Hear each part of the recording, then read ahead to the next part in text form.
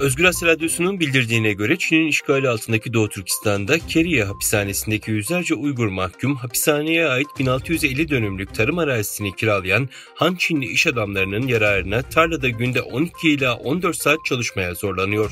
Bir hapishane çalışanı ve bir gardiyanın anlattığına göre Keriye cezaevindeki bu mahkumlar günlerinin yarısından fazlasını Hünnap adı verilen uçsuz bucaksız kırmızı hurma tarlalarında geçirmek zorunda. Cezaevi çalışanı bu büyük alanlarda emek vererek mahkumları ideolojik dönüşüme uğratmak istiyorlar dedi. İki kişi silahlı gardiyanların gözetimi altında mahkumların tarlalara yürümesi gerektiğini, kırmızı yelek giyen ve polis köpekleri taşıyan gözetmenlerin onları gözetlediğini de sözlerine ekledi.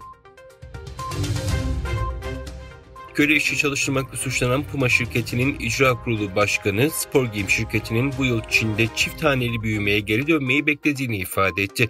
Avustralya Stratejik Politika Enstitüsü'nün 2020 yılında yayınladığı raporunda dünya çapında tanınmış batılı 83 markanın tedarik zincirleri Uygurların zorla çalıştırılmasından yararlandığı gösteriliyorken, buna ek olarak 9 Avrupa menşeli şirketi de kapsayan dünya çapında önemli teknoloji şirketleri, otomobil, ayakkabı ve hazır giyim markaları da Çin'le suç ortaklığı yapıyor.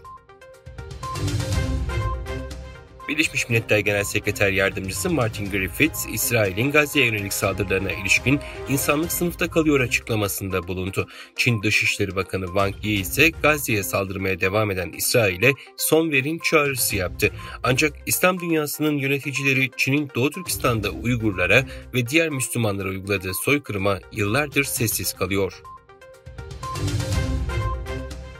Afganistan'da yönetimi elinde bulunduran Taliban örgütünden bakan vekili düzeyinde bir heyet gelecek hafta Çin'de düzenlenecek Kuşak ve Yol Forumu'na katılacak. Katılım Taliban'ın dünyada herhangi bir hükümet tarafından resmi olarak tanınmasa da Pekin yönetimiyle güçlenen resmi ilişkilerinin bir işareti olacak.